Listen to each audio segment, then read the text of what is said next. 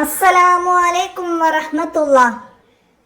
കിതാബു തജ്വീദ് 5ാം ക്ലാസ് പാദവാർഷിക എക്സാമിന് നമുക്ക് വരുന്ന പാഠഭാഗങ്ങൾ ഏതൊക്കെയാണെന്ന് നോക്കിയാലോ? അതിൻ്റെ ഒരു റിവിഷനാണ്. നമുക്ക് വീഡിയോയിലേക്ക് കടക്കാം. ബിസ്മില്ലാഹിർ റഹ്മാനിർ റഹീം. ഖുർആനുൽ കരീം, ഇൽമു തജ്വീദ്, ആദാബു തിലാവത്തിൽ ഖുർആൻ, മറാത്തിബുൽ ഖിറാഅ. ഈ 4 പാഠങ്ങളാണ് വരുന്നത്. ഒന്നാമത്തെ പാഠം അൽ ഖുർആനുൽ കരീം. അൽ ഖുർആനുൽ കരീം അള്ളാഹുവിന്റെ വചനങ്ങളാണ്. കലാം എന്നാൽ അള്ളാഹുവിന്റെ വചനങ്ങളാണ് എന്നാണ്.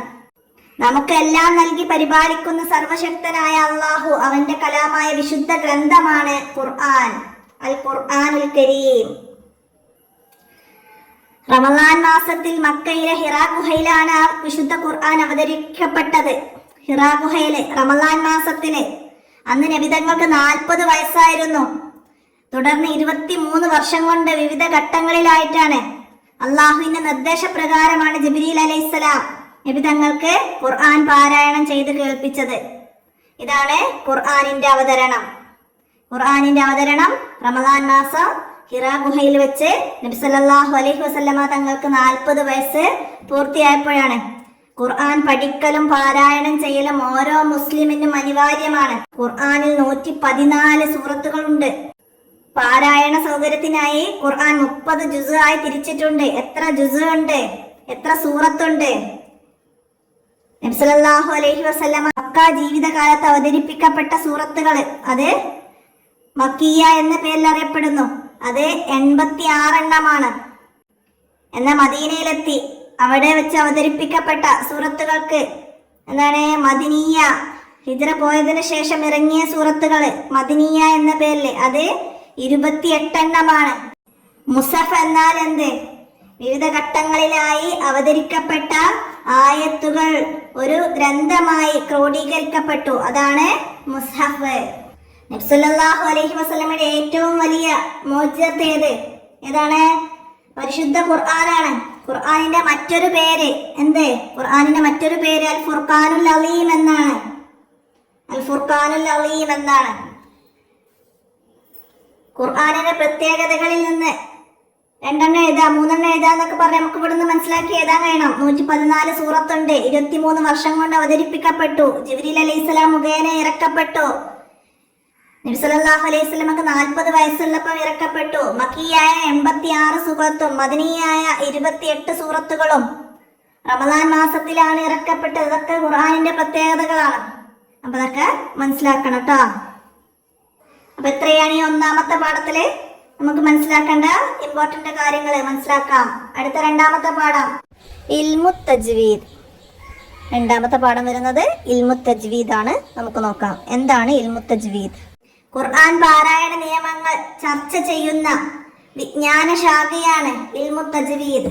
ഖുർആനിലെ ഒരു അക്ഷരം പാരായണം ചെയ്യുന്നതിന് 10 നന്മ ചെയ്യുന്ന പ്രതിഫലം കിട്ടുമെന്ന് മുത്തുനബി സല്ലല്ലാഹു അലൈഹി വസല്ലമ പഠിപ്പിച്ചിട്ടുണ്ട്. അള്ളാഹുവിന്റെ കലാമായ വിശുദ്ധ ഖുർആൻ പാരായണം ചെയ്യുന്നത് ശ്രേഷ്ഠമായ ഇബാദത്താണ്.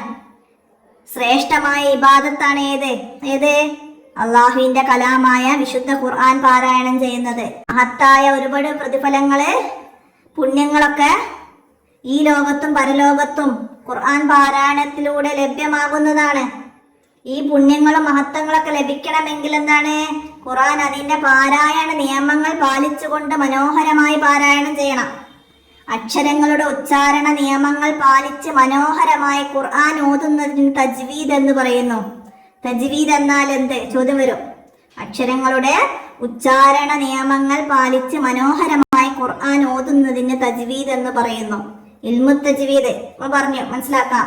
ഇനിയാ നിയമങ്ങൾ പാലിച്ചുകൊണ്ട് ഖുർആൻ പാരായണ രീതി മഹാനായ ജിബ്രീൽ അലൈഹിസ്സലാം നബിതങ്ങൾക്കും നബിതങ്ങൾ സ്വഹാബത്തിനും അവർ ശേഷമുള്ള തലമുറകൾക്കായി പകർന്നു നൽകിയതുമാണ്. ഖുർആൻ പാരായണം എങ്ങനെയാണ് നമ്മിലേക്ക് എത്തിയത്? ഫർള് ഐനാണ്. തജ്വീദ് നിയമങ്ങൾ ഖുർആൻ പാരായണത്തിൽ പാലിക്കൽ എന്താണ്? ഫർള് ഐനാണ്. വിശുദ്ധ ഖുർആനിൽ ഇങ്ങനെ പറഞ്ഞിട്ടുണ്ട്. എന്താണ്? ഫഇദാ ഖറഅനാഹു ഫത്തബിഅ ഖുർആനഹു. ഖുർആനിനെ നാം ഓതിത്തന്നാൽ നിങ്ങൾ ആ ഓത്ത് പിന്തുടരുക. ഖുർആനിനെ നാം ഓതിത്തന്നാൽ ആ ഓത്ത് നിങ്ങൾ പിന്തുടരുക. നബി സല്ലല്ലാഹു അലൈഹി വസല്ലമ തങ്ങൾക്ക് ജിബ്രീൽ അലൈഹിസ്സലാം ഓതി തന്നതുപോലെ ഓതാനുള്ള കൽപ്പനയായിരുന്നു ഖുർആനിൽ പറഞ്ഞ ആയത്ത്. മനസ്സിലാക്കുക. ഇനി ആ ഖിറാഅത്തുൽ ഖുർആനി സുന്നത്തും മുത്തബൻ യഖുദുഹാ ആഹിറു അനിൽ അവ്വലി. എന്താണ്? പിൻഗാമികൾ മുൻഗാമികളിൽ നിന്ന് പഠിക്കേണ്ടതും അനുകരിക്കേണ്ടതുമായ ഒന്നാണ് ഖുർആൻ പാരായണം. എന്താണ് ഖുർആൻ പാരായണം? പിൻഗാമികൾ മുൻഗാമികളിൽ നിന്ന് പഠിക്കേണ്ടതും അനുകരിക്കേണ്ടതുമായ ഒന്നാണ് ഖുർആൻ പാരായണം. ഖുർആനിന്റെ ശാപത്തിനിരയാകും ആരാണ്? നിയമങ്ങൾ പാലിക്കാതെ ഖുർആൻ പാരായണം ചെയ്യുന്നത് ഖുർആനിന്റെ ശാപത്തിന് കാരണമാകും.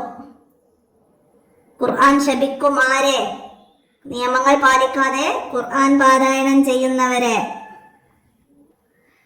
ഉസ്താദുമാരിൽ നിന്ന് പഠിച്ചതുപോലെ തന്നെ പഠിച്ച് ഓതണം എന്നറിയിക്കുന്ന ആയത്താണ് ഫഇദാ ഖറഅനാഹു ഫത്തബി ഖുർആനഹു. അത് മനസ്സിലാക്കണം. ഖുർആൻ പാരായണം ശ്രേഷ്ഠമായ ഇബാദത്താണ്. നിയമം പാലിച്ച് ഓതല് ഫർള് ഐനാണ്. ഖുർആൻ ഓതൽ എന്താണ്? സുന്നത്തും മുത്തബാണ്. അതൊക്കെ മനസ്സിലാക്കാം. മൂന്നാമത്തെ പാഠം ആദാബു തിലാവത്തിൽ ഖുർആൻ. ഖുർആൻ പാരായണം ചെയ്യുമ്പോൾ പാലിക്കേണ്ട മര്യാദകൾ. അതൊന്ന് രണ്ടെണ്ണം എഴുതാനൊക്കെ വന്ന് നമുക്ക് ചോദ്യങ്ങൾ വരാം. അപ്പൊ പാഠഭാഗത്തിൽ പറയുന്നുണ്ട് ഓരോ പോയിന്റുകൾ. കിബിലയിലേക്ക് തിരിയുക, മിസ്വാക്ക് ചെയ്യുക, ഔദു ബിസ്മി കൊണ്ട് തുടങ്ങുക, തലമറക്കുക, സുഗന്ധം ഉപയോഗിക്കുക ഒക്കെ. അപ്പൊ നമുക്ക് എഴുതാൻ കഴിയണം, തെരഞ്ഞെടുക്കാൻ വരും. ഖുർആൻ പാരായണത്തിന്റെ അദബിൽപ്പെട്ടത് ഒക്കെ പറഞ്ഞിട്ട് മനസ്സിലായില്ല? ഒക്കെ മനസ്സിലാക്കാം. ശരിയും തെറ്റും അടയാളപ്പെടുത്താൻ വരും. അപ്പൊ നമുക്ക് പാഠഭാഗം നന്നായി മനസ്സിലാക്കി പഠിച്ചാലാണ് അത് ശരിയാണോ തെറ്റാണോ എന്ന് മനസ്സിലാക്കാൻ കഴിയുള്ളൂ. ഖുർആൻ ഓതുന്നവന്റെ ശരീരവും വസ്ത്രവും ഓതുന്ന സ്ഥലവും ശുദ്ധിയുള്ളതായിരിക്കണം. കിബിലയിലേക്ക് തിരിയുക, തലമറക്കുക, സുഗന്ധം ഉപയോഗിക്കുക, മിസ്വാക്ക് ചെയ്യുക, ഔദു ബിസ്മി കൊണ്ട് തുടങ്ങുക. തൗബ സൂറത്തിൽ ബിസ്മി ഓതരുത്. ബിസ്മി ഓതാൻ പാടില്ലാത്ത സൂറത്തേത്? തൗബ. ബിസ്മി ഓതാതെ ഔദു കൊണ്ട് മാത്രം തുടങ്ങുന്ന സൂറത്തേത്? തൗബ. ഒക്കെ മനസ്സിലാക്കാം. അള്ളാഹുവിനെ കുറിച്ചുള്ള ചിന്തയിലും താഴ്മയോടെയും ഭക്തിയോടെയും ആവണം പാരായണം ചെയ്യാൻ. അർത്ഥം ചിന്തിച്ച് സാവധാനം പാരായണം ചെയ്യൽ. ഇത് ഖുർആൻ പാരായണത്തിന്റെ അദബിൽ പെട്ടതാണോ ഒക്കെ ചോദിച്ചാൽ നമുക്ക് ടിക്കയ്യാൻ കഴിയണം. മനോഹരമായ ശബ്ദത്തിലും ശൈലിയിലും പാരായണം ചെയ്യുക. അതൊക്കെ മനസ്സിലാക്കണം. ഏത് ആയത്ത് ഓതുമ്പോഴാണ് തിലാവത്തിന്റെ സുജൂദ് ചെയ്യേണ്ടത്? സജദയുടെ ആയത്തുകൾ ഓതുമ്പോഴാണ്. സുജൂദ് ചെയ്യാൻ സാധ്യമായില്ലെങ്കിൽ സുബ്ഹാനല്ലാഹി വൽഹംദുലില്ലാഹി വലാ ഇലാഹ ഇല്ലല്ലാഹു അല്ലാഹു അക്ബർ എന്ന് 4 തവണ ചൊല്ലണം. മനസ്സിലായില്ലേ? അപ്പൊ അതൊക്കെ പൂർത്തിയാക്കി കൊടുക്കാനൊക്കെ വരാം. മനസ്സിലാക്കാം.